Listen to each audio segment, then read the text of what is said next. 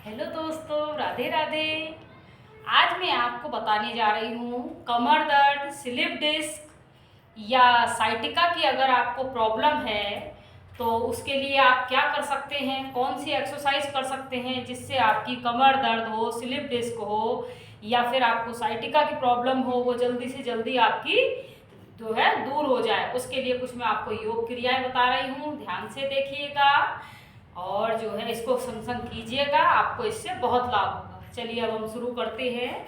सबसे पहले आपने खड़े होने वाली में क्या करना है, आपने खड़े हो जाना है इस तरीके से और धीरे से सांस जो है अपनी नॉर्मल रखिएगा और धीरे से कमर को पीछे ले जाइएगा।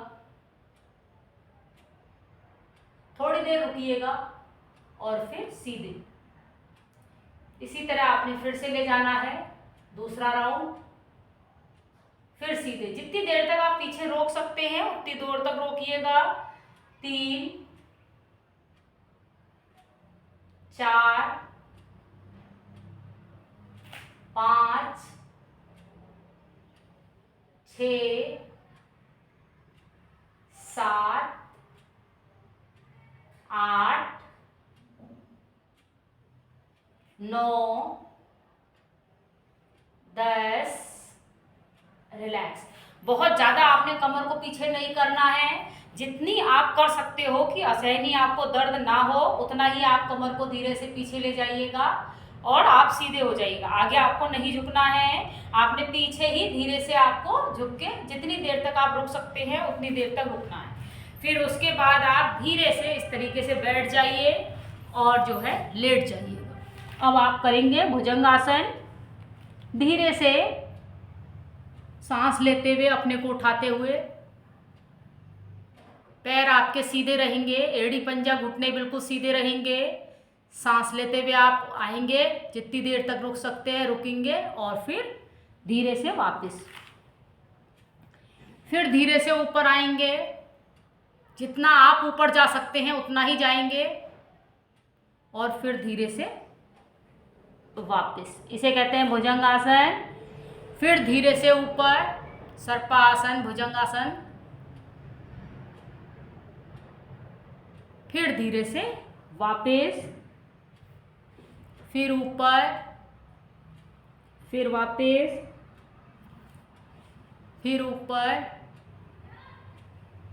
फिर वापस। इस तरीके से आपने 10 राउंड लगाने हैं। आपके देखिए एड़ी पंजा घुटने आपस में इस तरीके से मिले रहेंगे ताकि आप पूरा देख सकें। ये देखिए एड़ी पंजा घुटने आपके में जो है फ्लैट रहेंगे इस तरीके से और आप ये इस तरीके से उठेंगे। आपको मेरी पूरी पोजीशन दिख रही होगी। फिर धीरे से वापस और फिर इस तरीके से, ये आपकी हो गई। इसके बाद आपने क्या करना है, आपने जो है सीधे लेट जाना है कमर के बल और धीरे से अपने एक पैर को उठाना है और इसके पंजे को नीचे की तरफ को करना है। धीरे से वापस, फिर दूसरा पैर उठाना है, इसके पंजे को भी नीचे को ले जाना है, फिर वापस। इसके भी आप 10 राउंड करेंगे।